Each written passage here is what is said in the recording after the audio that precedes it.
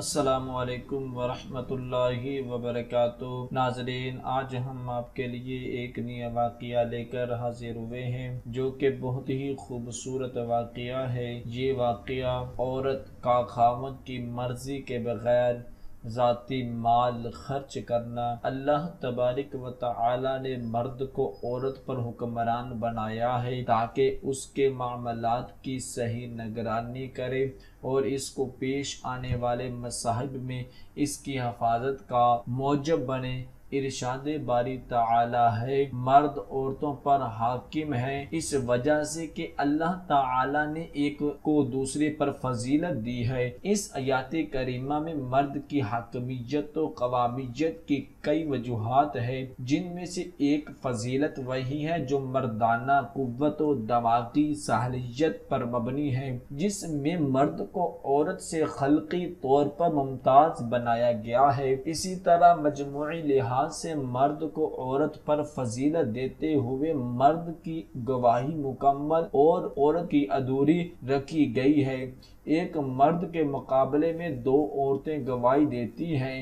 اور رسول کریم صلی اللہ تعالی علیہ وسلم نے اسے عورت کے عقل کا نقصان قرار دیا ہے۔ بہرکیف شریعت نے مرد کو عورت پر حکمران بنایا ہے اور اس کی حکمرانی کا تقاضا ہے کہ وہ اپنی اہلیہ کو شرع کا پابند اور جو امور حکمت و مصالح پر مبنی ہو ان پر عورت کی توجہ کو مرکوز رکھے۔ مرد کو جو عورت پر حقوق عطا کیے گئے ہیں ان میں سے ایک یہ بھی ہے کہ عورت کے پاس اگر اپنا ذاتی مال ہو تو وہ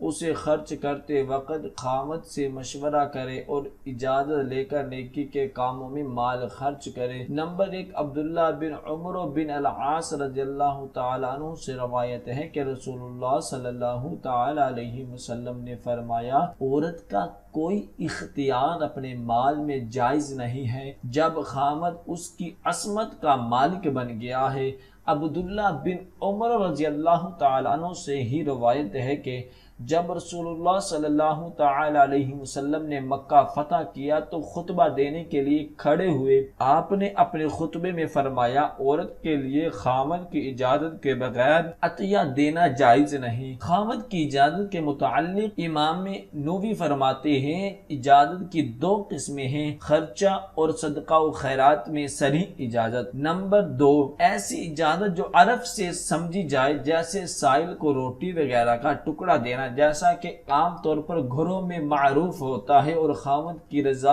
اور روزمرہ کے معاملات کی وجہ سے معروف ہوتی ہے۔ ایسے خرچ پر خاوند نہیں بولتا اور سمع درگزر میں وہ عام لوگوں کی طرح ہے تو اجازت صریح کی ضرورت نہیں، اور اگر خاوند کی رضامندی مشکوک ہو یا اس کا بخل معلوم ہو تو عورت کے لیے خاوند کے مال سے اس کی رضامندی حاصل کیے بغیر صدقہ وغیرہ دینا جائز نہیں، اس میں صریح اجازت کی ضرورت ہے۔ اہل علم کے ہاں یہ بات مختلف فیہ ہے کہ وہ عورت جو رشد و ہدایت والی ہو اور سمجھ بوجھ رکھتی ہو، کیا اسے اپنے جمعی مال میں تصریف کا حق حاصل ہے یا نہیں۔ امام ابو حنیفہ، امام شافعی اور امام ابن منذر اور ایک روایت کے مطابق امام احمد کا یہ مذہب ہے کہ اسے اپنے مال میں تصرف کا حق حاصل ہے، اور امام احمد کی ایک روایت یہ ہے کہ اسے ثلث سے زائد مال خاوند کی اجازت کے بغیر خرچ نہیں کرنا چاہیے، اور بعض اہل علم جیسے امام طاؤس، لیث اور علامہ البانی وغیرہ کا موقف ہے یہ کہ عورت کو اپنے خاص مال میں تصرف کرنے کے لیے خاوند کی اجازت حاصل کرنی چاہیے۔ اس میں خاوند کی حاکمیت جو اللہ تعالی نے اسے عورت پر عطا کی ہے پوری ہوتی ہے، لیکن خاوند کے لیے یہ جائز نہیں جب وہ سچا مسلمان ہو کہ اس حکم میں خیانت کرے اور عورت پر جبر سے کام لے اور اسے اس کے ذاتی مال میں وہاں تصرف کرنے سے روکے جہاں ان دونوں کا کوئی نقصان نہیں، اور یہ حق لڑکی کے ولی کے حق کے ساتھ اس قدر مشابہت رکھتا ہے کہ لڑکی کو جائز نہیں کہ وہ اپنے ولی کی اجازت کے بغیر نکاح کرے۔ جب ولی لڑکی کے لیے نکاح میں رکاوٹ ڈالے تو معاملہ شرعی قاضی کی طرف منتقل کیا جائے گا تاکہ وہ انصاف کرے۔ اسی طرح عورت کے مال کا حکم ہے، جب خامد اس پر ظلم و جبر کرے اور اسے جائز تصرف سے روکے تو قاضی اس کے لیے انصاف مہیا کرے گا۔ جمہور ائمہ نے قرآن حکیم کی اس آیات سے دلیل لی ہے کہ عورت کے اندر اگر سوچ و سمجھ اور مال کے تصرف کرنے میں رشید و ہدایت موجود ہو تو اسے اپنا مال صرف کرنے کا حق حاصل ہے۔ ارشاد باری تعالی ہے، اگر تم ان میں رشد پاؤ تو ان کے مال کے حوالے کر دو۔ اس آیات میں یہ بات بتائی گئی ہے کہ وہ یتیم بچے جن کی کفیل تم بنائے گے، جب وہ بلوغت کی عمر کو پہنچ جائے تو ان میں جب مال خرچ کرنے کے متعلق تم رشد و ہدایت دیکھو تو ان کے مال ان کے حوالے کر دو۔ اس آیات میں رشد کے بعد متعلق طور پر ان کے مال ان کے سپرد کرنے کا کہا جا رہا ہے، لہذا عورت اصلاح اس بات کی مجاز ہے کہ وہ اپنا مال خرچ کر سکتی ہے۔ اس طرح انہوں نے عبداللہ بن مسعود رضی اللہ تعالی عنہ کی بیوی زینب رضی اللہ تعالی عنہ والی حدیث سے بھی استدلال کیا ہے کہ جب انہوں نے رسول کریم صلی اللہ تعالی علیہ وسلم سے صدقہ کے متعلق سوال کیا کہ کیا ان کے لیے جائز ہے کہ وہ اپنے خامد پر صدقہ کرے تو آپ صلی اللہ تعالی علیہ وسلم نے فرمایا ہاں۔ رسول اللہ صلی اللہ تعالی علیہ وسلم نے عورتوں کو اجازت دی اور یہ شرط ذکر نہیں ہے، اس لیے کہ جس فرد کی طرف اس کا مال رشد کی وجہ سے لوٹانا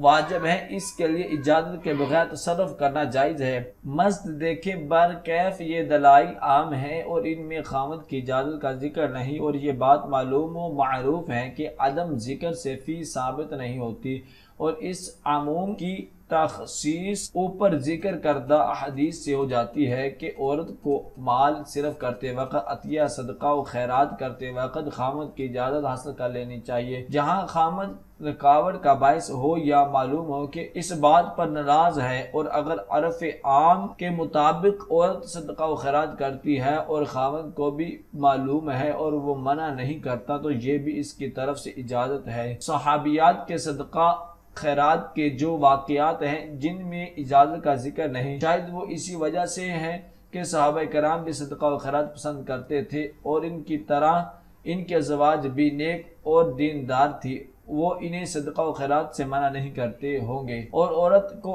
اگر خامد نیکی کے کاموں میں اس کا ذاتی مال صرف کرنے سے منع کرے تو قاضی کی طرف معاملہ پہنچایا جائے